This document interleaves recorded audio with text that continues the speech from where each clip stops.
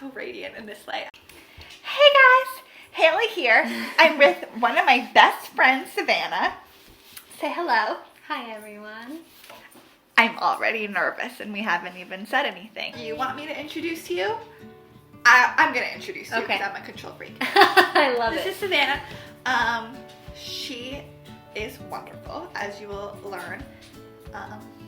What I'm gonna specifically focus on with her today is marriage, which is a pretty big topic in of itself, but she is my only married friend, so I figured that's something that we could talk about. I can monopolize. Exactly, that's all you get for marriage, is just Savannah. And then also we're going to talk a little bit about friendships, and she is a family counselor. I don't mean to like qualify you without... No, please. I feel like I'm just speaking for you and just talking rambling, but she wants to be a family therapist. She's well on her way. She has a lot of great insight into what makes a relationship strong. So I'm going to ask her a couple questions and we'll just see where it goes, okay? All right, great. Do you have anything else to add? No, I mean, this is also her dog. Hold on. Oh, this is Prince. He's a little clingy. Oh, he's incredibly needy, but he's so wonderful. A little clingy. Okay, so we're just going to go right into the gate strong here. I hope that's okay. Go for it. So in your opinion, what makes a marriage strong? First and foremost, communication, more than anything. Before Joe and I got married, we actually spent 7 years dating, and most of that was long distance. So we never actually, even though we're from the same super small town, we never lived in the same place at the same time for more than 4 months. So really the only thing that really got us through that was really constant communication and learning to be really open. And not only when you've been together that long, but when you're also apart, you have to learn how to almost over-communicate as a means of compensating for the distance. So communication number one, and whenever friends and family, or even coworkers for some reason, come to me and like talk to me about their relationship problems or conflict with anyone, my first question is, have you talked to this person about it? And not only that, but I know, shocker. Oh my God! And in what manner did you talk about it? Because sometimes, I love this great comedy analogy, if I can rabbit trail a little bit, where this guy does comedy and he was saying like he would always leave his underwear on the floor in the bedroom right next to the laundry hamper, and drove his wife crazy. And instead of his wife saying like, go, I love you, pick up after yourself, or like, can you please honor me and the hard work that I do by doing this one thing, instead she'd be like, are those your underwear? And she thought that she was communicating, right? And I mean, like, I told him to do it, blah, blah, blah. But really, that's not what she's actually saying. And he was like, I hope they're my underwear, else I have a few questions of my own. So those two things primarily is like, are you communicating, and in what way are you communicating? That's so eloquent. I love that we're talking about underwear and it's 4 minutes in. That's great. Getting right to it. Who did or do you admire and see as a positive role model pertaining to your marriage and relationships in general? Whew. No pressure. I don't know. My dog is sitting right here, and yeah. Not to sound like super cliche, but I really look up to my husband's parents. They've been married for 34 years, around there, and I've never seen two people like not just strong and independent in their own ways, but also strong as a family and able to do that communication and that connection. And the fact that they like still do like marriage workshops and still do these kinds of things and still see their own not official like family therapists, but have their own friends to go to for counsel and accountability, and just, they've really fortified their marriage, and it's really beautiful. And they became a really strong influence in my life when my own parents were divorcing, and I had never questioned a lot of the things I'd seen in my parents' marriage that I had assumed were just normal, right?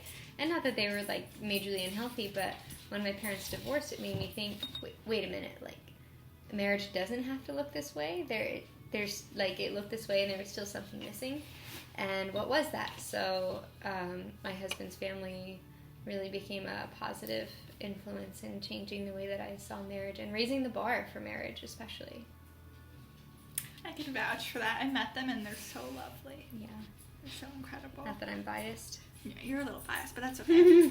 Hardest part of being married? Well, Joe and I, especially, I am like extremely independent. Oh, what's going on up here? Looking good. And, after spending so long distance to like suddenly, we didn't live together before we got married, so to suddenly move in together and spend every day, not just in the same city, but in the same house, I was actually worried would be really challenging and might actually be stressful, and maybe I would enjoy marriage less. But seriously. And my husband felt the same way, and we had this really great setup actually where he had to work night shift, so the times that we did see each other were very few, and it really cultivated this like true desire to be together when we had that time. And now that we're on the same schedule, I really do think it was like this ordained transition in the way that it happened.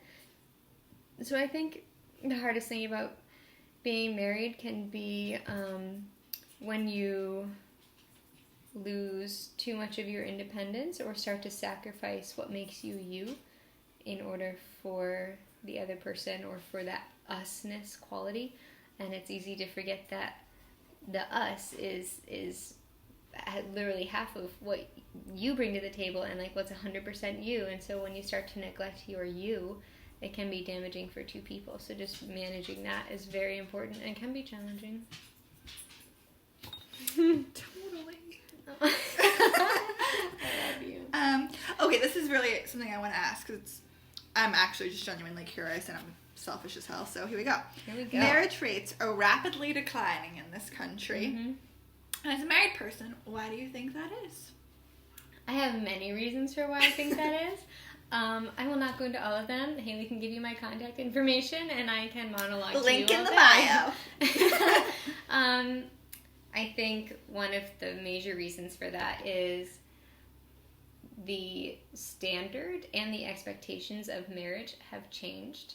And I think a lot of people don't see marriage as being like a lifelong contract, and people forget like you legit sign a contract.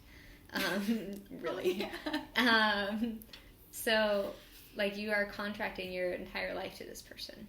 So, but people don't see it that way anymore. So people are saying, well, why would I get married if I can just get divorced? So the expectation of marriage has changed from like, we can be married now and not married in 10 years. Whereas the previous expectation for marriage is like, we're locked in this for life, me and you. That being said, I think the expectations that couples put on each other have also really changed. I think as a society, we lean so much into this like idea of finding the right person, swipe which way? Tinder! Yeah, like, oh, like I'm just looking for the right person my whole life. But there is no such thing as the right person. If we look at ourselves and we look at how unright we are, we're gonna know that there's no right person. And I think one of the, at least in my personal opinion, one of the biggest things that's really hurting marriage right now is we've stopped looking at what makes me the right person, and we've instead shifted our attention to who's the right person for me, who can like justify my life and all of the problems that I have because they're the right person and they just come along and make everything easy. And thinking about the expectations that puts on this person. Like, oh, you're the right person, so we're less patient because we expect that they're going to be like this, and we automatically assume certain things about them, that they'll be able to meet all these standards, and then we create this unattainable goal for this person. And instead of working through those and really checking ourselves, we're like, you're not the right person anymore. Move on. So.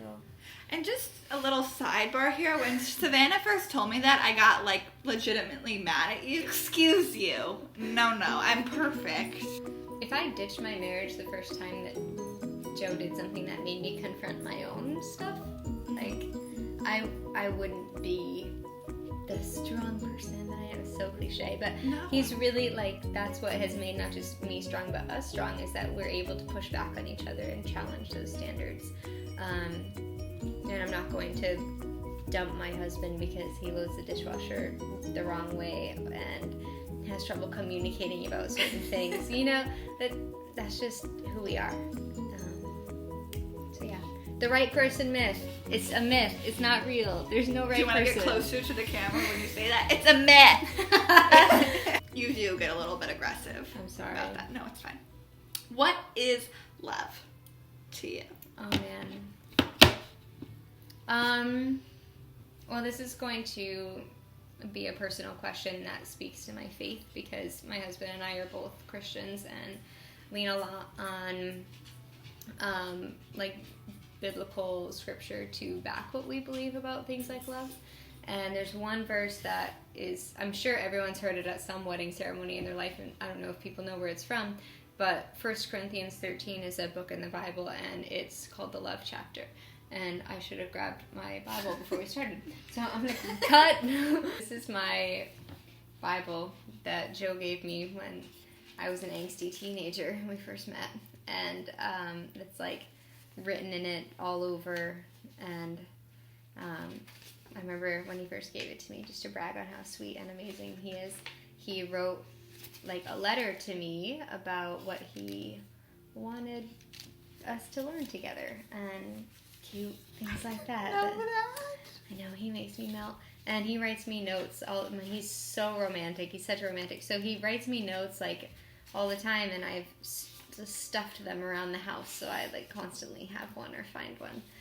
So I have one in the front. So if anyone finds this, they're gonna think that he's a total lovebird, and he is.